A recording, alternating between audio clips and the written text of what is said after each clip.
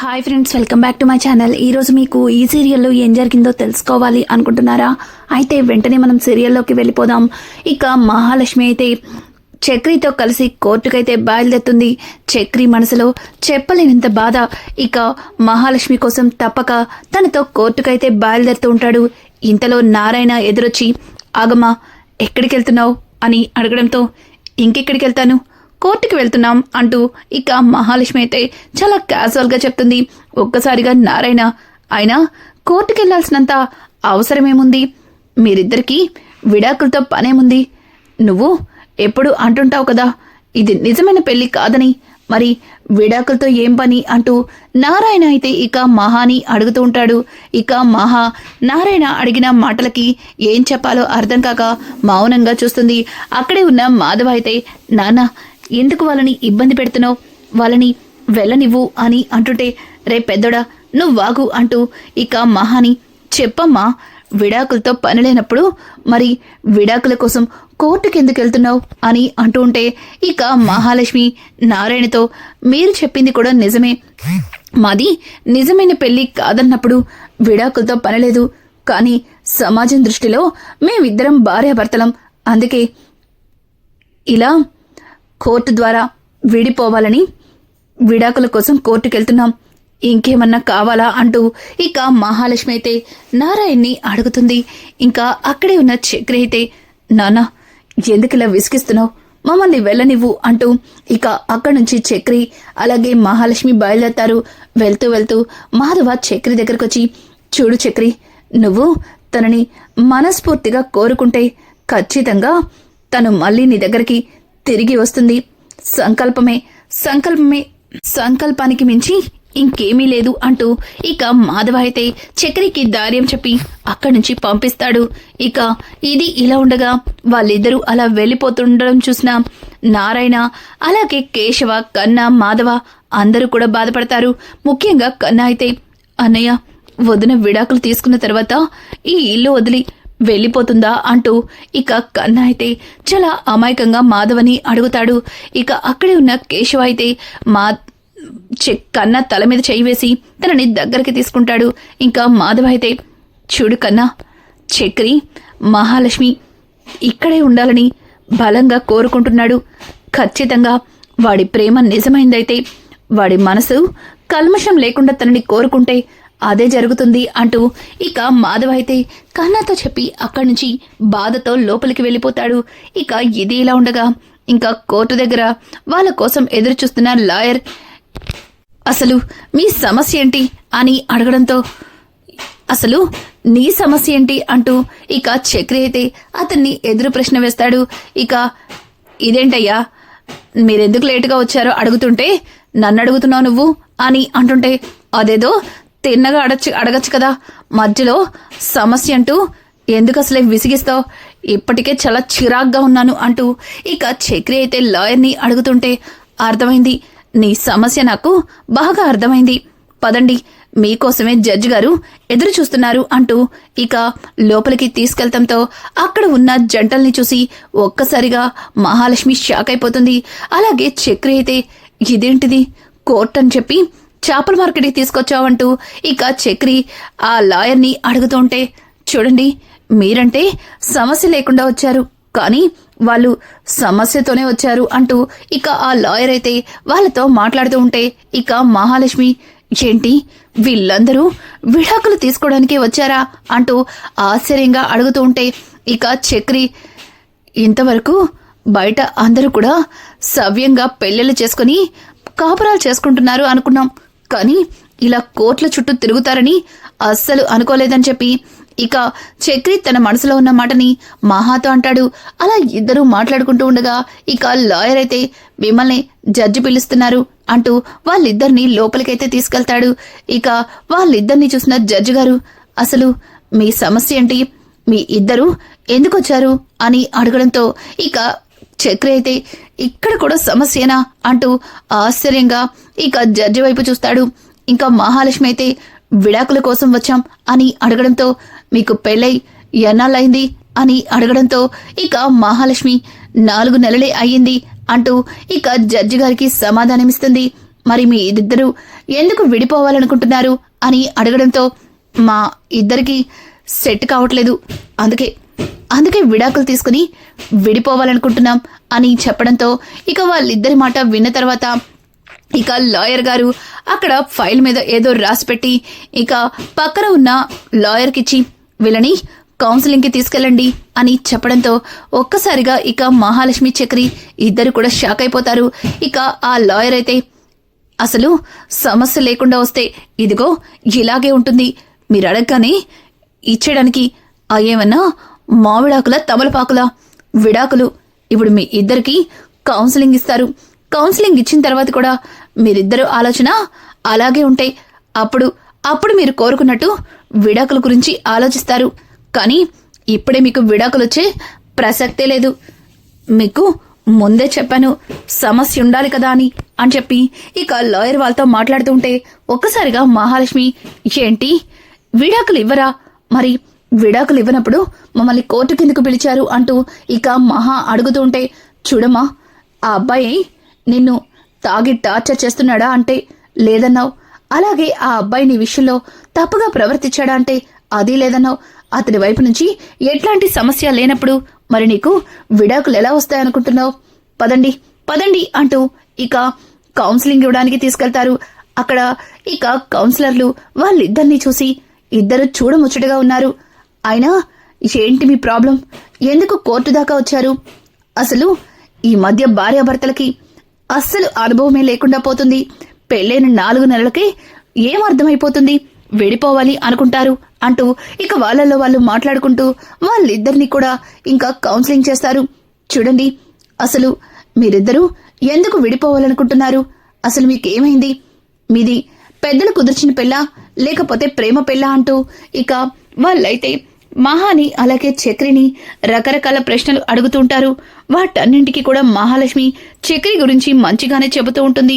ఇక చక్రి కూడా నాకేం విడాకులక్కర్లేదు, తనకి కావాలని వచ్చాను అంటూ ఇక చక్రి సమాధానం కూడా వినడానికి కాస్త బాధగానే అనిపిస్తుంది. ఇక వాళ్ళిద్దరూ మాట్లాడుకుని మహా చక్రిని కౌన్సిలింగ్ ఇచ్చిన తర్వాత వాళ్ళనైతే అక్కడి నుంచి పంపించేస్తారు. ఇక మహాలక్ష్మి అయితే చక్రితో ఇద్దరు కూడా టీ క్యాంటీన్కి వెళ్లి కూర్చుని మాట్లాడుకుంటూ టీ తాగుతూ ఆయన అదేంటండి విడాకుల కోసం అంతమంది వచ్చారు, అసలది చేపల మార్కెట్లో ఉంది, కోర్టులో లేదు అంటూ చక్రి మాట్లాడుతూ ఉంటే ఇక మహా అయితే అవును, అక్కడ అందరినీ చూస్తే నాకు కూడా అలాగే అనిపించింది. మనమంటే ఏదో అనుకోకుండా పెళ్లి చేసుకున్నాం, కానీ వాళ్ళు ఒకరినొకరు ఇష్టపడే పెళ్లి చేసుకుని ఉంటారు కదా, పెళ్ళప్పుడు తెలీదా ఇలా గొడవలు పడితే కాంప్రమైజ్ అవ్వాలని విడిపోయేదాకా ఎందుకు తెచ్చుకుంటారో అంటూ ఇక మహా అయితే వాళ్ళ గురించి మాట్లాడుతూ ఉంటే ఇంతలో చక్రి మనసులో మాత్రం వాళ్ళిద్దరికీ కౌన్సిలింగ్ ఇచ్చి 6 నెలలు మీ ఇద్దరు కలుసున్న తర్వాతే అప్పుడు మీరు అడిగినట్టుగా విడాకులు ఇస్తారని చెప్పడం మాట గుర్తుకొచ్చి తెగ సంబరపడిపోతాడు. ఈ 6 నెలల్లో మహాలక్ష్మి మనసులో ఎలా అయినా సరే స్థానాన్ని సంపాదించుకోవాలని ఇక మహాని తన భార్యగా తన దగ్గరికి చేర్చుకోవాలని చక్రి అయితే తెగ ఆశపడుతూ ఉంటాడు. ఇక మహాలక్ష్మి అయితే ఈ లాయర్తో మనం అనుకున్నది అయినట్టుగా అనిపించట్లేదు, మనం మరొక లాయర్ దగ్గరికి వెళ్దామా అంటూ ఇక మహా అయితే చక్రిని అడుగుతూ ఉంటే చక్రి ఏమండి, మనం ఎక్కడికి వెళ్ళినా ఇలాగే చెప్తారు, మనం బయట చూడట్లేదా ఏంటండి, పెళ్లి చేసుకున్న తర్వాత సంవత్సరం పాటు విడాకులు ఇవ్వడానికి వీల్లేదు, కనీసం ఆ భార్యాభర్త 6 నెలలన్నా ఒకరినొకరు అర్థం చేసుకోవాలి, మరొక 6 నెలలు వాళ్ళ కొత్త జీవితంలో ఉన్న సమస్యల్ని సర్దిద్దుకుంటూ ఒకరి మీద ఒకరికి ఉన్న ప్రేమని బయట పెట్టుకోవాలి. అలా సంవత్సరం తర్వాత కూడా వాళ్ళిద్దరికీ సెట్ కాకపోతే అప్పుడు విడాకులు ఇస్తారు. అంతేకాని ఇలా 4 నెలలకే వెళ్ళి విడాకులు అడిగితే ఎవరు ఇలాగే కౌన్సిలింగ్ ఇచ్చి 4 మాటలు చెప్పి పంపించేస్తారు అంటూ ఇక చక్రి అయితే మహాతో మాట్లాడుతుంటే మహా ఆశ్చర్యంగా చక్రి వైపు చూస్తుంది.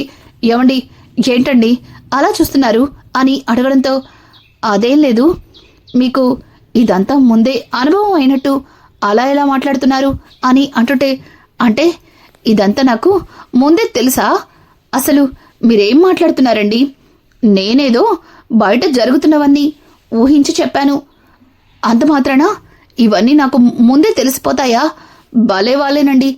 అయినా ఎందుకండి ఇదంతా అంటూ ఇక చక్రి మాట్లాడుతుంటే, లేదు, బయట సమాజం దృష్టిలో మనిద్దరికీ పెళ్ళయింది, అందుకే ఆ చట్టరీత్యానే మీ నుంచి విడాకులు తీసుకుంటాను, నా గోల్ వేరు అంటూ ఇక మహా మళ్ళీ మొదలు పెడుతుంటే, ఏమండి ఇప్పుడు మీ గోల్ గురించి ఎందుకండి, ప్రశాంతంగా కాఫీ తాగి మీరు ఆఫీస్కి నేను ఇంటికి అంటూ ఇక చక్రి మాట్లాడుతూ ఉంటే, మహాలక్ష్మి సరే మీరు ఇంటికి వెళ్ళండి, కానీ మీ లైసెన్స్ ఇంకా రాలేదా అని అడగడంతో, ఎక్కడండి, ఆ ఇన్స్పెక్టర్కి నా మీద పీకల్లోతు కోపం ఉంది, వాడు అంత ఈజీగా లైసెన్స్ ఇచ్చేలా కనిపించట్లేదు, వాడి చేతిలో ఎంతో కొంత డబ్బు పెడితేనే వాడు లైసెన్స్ ఇస్తాడు, చూసి అది కూడా తెచ్చుకోవాలి అంటూ ఇక చక్రి మాట్లాడుతూ ఇద్దరు కూడా ఇక ఇంటికి బయలుదేరతారు. మహా అయితే ఆఫీస్కి వెళ్ళిన తర్వాత ఇక దివ్య మహాతో, ఏంటి మహా ఈరోజు లేటుగా వస్తానని చెప్పావు, ఎక్కడికి వెళ్ళావు, ఎవరితో వెళ్ళావు, తనతోనేనా అంటూ ఇక దివ్య అయితే మహాని అడుగుతూ ఉంటే, ఒక్కసారిగా మహా అవును తనతోనే చిన్న పనుండి వెళ్ళాం అని అంటుంటే, తను నీకోసం నిన్న సాయంత్రం వచ్చినప్పుడే అర్థమైంది, చూడు మహా తను నిన్ను లవ్ చేస్తున్నాడేమో అని అంటుంటే, ఒక్కసారిగా మహాలక్ష్మి చిచి అలాంటిదేదీ లేదు, నువ్వు అనవసరంగా లేనిపోని ఆలోచనలు పెట్టుకోకు అని అంటుంటే, లేదు మహా తను నిన్ను లవ్ చేస్తున్నాడు, నిన్న విక్కీ నిన్ను తనని చూసి అన్నయ్య అనడంతో తన ఫేస్లో రియాక్షన్ ఎలా ఉందో తెలుసా, విక్కీని అవకాశం వస్తే కొట్టేలా ఉంది అని అంటుంటే, లేదు దివ్య నువ్వు అనవసరంగా ఏదేదో ఊహించుకుంటున్నావు, అయినా ఆఫీస్లో వర్క్ లేదా, విక్కీ గాని అలాగే కుమార్ గాని చూస్తే అరుస్తారు అంటూ ఇక మహా అయితే వర్క్ చేసుకుంటూ ఉండగా సడన్ గా కోర్టులో కౌన్సిలింగ్ ఇచ్చేటప్పుడు కొంతమంది తనతో మాట్లాడిన కొన్ని సంఘటనలు గుర్తుకొస్తాయి. ఏమా అతను పెళ్లి చేసుకున్న తర్వాత నిన్ను శారీరకంగా గాని మానసికంగా గాని ఏదైనా ఇబ్బందులు పెడుతున్నాడా అని అడిగిన సంగతి గుర్తుకొస్తుంది. ఇక మహాలక్ష్మి అయితే చక్రికి తనకి పెళ్ళైన దగ్గర నుంచి కూడా తను మహాలక్ష్మితో ఉన్న తీరుని ఊహించుకుని ఇంకా తనలో తను ఆలోచించుకుంటూ ఉంటుంది. ఇక అలాగే చక్రి తనకేదో చెప్తానని పార్క్కి తీసుకెళ్లడం, అక్కడ ఒక జంట మాట్లాడుకున్న మాటలు ఇవన్నీ గుర్తుకొచ్చి, దివ్య అన్నట్టు నిజంగానే చక్రి నన్ను ప్రేమిస్తున్నాడా, చక్రి తన ప్రేమ గురించి చెప్పడానికి నన్ను పార్క్కి తీసుకెళ్లాడా అని చెప్పి ఇక మహా అయితే చక్రి గురించి ఆలోచిస్తూ తను వర్క్ చేయడమే మానేస్తుంది. ఇంతలో అక్కడికి కుమార్ వచ్చి, హలో మహాలక్ష్మి రావడమే లేటు, పైగా వర్క్ చేయకుండా ఏంటి పగటి కళ్ళు కంటున్నావా అంటూ టేబుల్ మీద గట్టిగా కొడతాడు. ఒక్కసారిగా మహాలక్ష్మి ఉలిక్కి పడి, అదేం లేదు సార్, ఇదిగో వర్క్ స్టార్ట్ చేశాను అంటూ ఇక మహా అయితే మళ్ళీ వర్క్ లోకి వెళ్ళిపోతుంది. ఇంకా దివ్య మహాలక్ష్మి భుజం మీద చేయి వేసి, ఏమైంది మహా, వచ్చినప్పటి నుంచి చూస్తున్నాను, దేని గురించో ఆలోచిస్తున్నావు, ఏమైంది అని అంటుంటే, ఏం లేదు, బాగా హెడేక్ గా ఉంది, నేను ఇంటికెళ్తాను, విక్కీ అడిగితే కాస్త చెప్తావా అని అనడంతో, సరే మహాలక్ష్మి నువ్వు వెళ్ళు, నేను విక్కీకి చెప్తాను అంటూ ఇక మహాలక్ష్మినైతే ఇంటికి పంపించేస్తారు. ఇక ఇంటికి వెళ్ళిన మహాలక్ష్మి తన గదిలోకి వెళ్లి మంచం మీద కూర్చుని ఇక కోర్టు దగ్గర జరిగిన ప్రతి సంఘటనని గుర్తు చేసుకుంటుంది. ఇక కోర్టులో లాయర్ అయితే మహాలక్ష్మిని, తన నిన్ను రోజు తాగొచ్చి టార్చర్ చేస్తున్నాడా, నీకిష్టం లేకుండా నీతో తప్పుగా ప్రవర్తిస్తున్నాడా, అలాగే నిన్ను నలుగురు ముందు అవమానిస్తున్నాడా అంటూ ఇక వాళ్ళు అడిగిన ప్రతి ప్రశ్న గుర్తుకొచ్చి చక్రి తనతో ఉన్న తీరుని గుర్తు చేసుకుంటూ తనలో తను ఆలోచనలో పడుతుంది. నిజంగానే చక్రి ఏ విషయంలోనూ నన్ను బాధ పెట్టలేదు, భార్య అనే హక్కుతో ఏ రోజు కూడా నాతో తప్పుగా ప్రవర్తించలేదు, ఆ రోజు కూడా తను వాళ్ళ నాన్న చెప్పిన మాటలతో తాగి నా గదిలోకి వచ్చాడే తప్ప నన్ను ఆ విషయంలో ఎటువంటి పొరపాటు చేయలేదు అంటూ ఇక మహా అయితే ఆలోచిస్తూ ఉంటుంది. ఇక ఇంతలో చక్రి లోపలికి వచ్చేసరికి ఇంట్లో ఎవరూ లేకపోవడంతో చక్రి చాలా బాధగా అక్కడే హాల్లో ఉన్న సోఫాలో పడుకుని మహాలక్ష్మి ఫోటోని ఫోన్లో చూస్తూ, నేను ఏం తప్పు చేశానండి, నేను నిన్ను మనస్ఫూర్తిగా ప్రేమించాను, అలాగే మీతో కలిసి జీవితాంతం ఉండాలని ఆశపడ్డాను, అంతే కదా, కానీ మీకు నా మనసులో ప్రేమ అర్థం కాదు.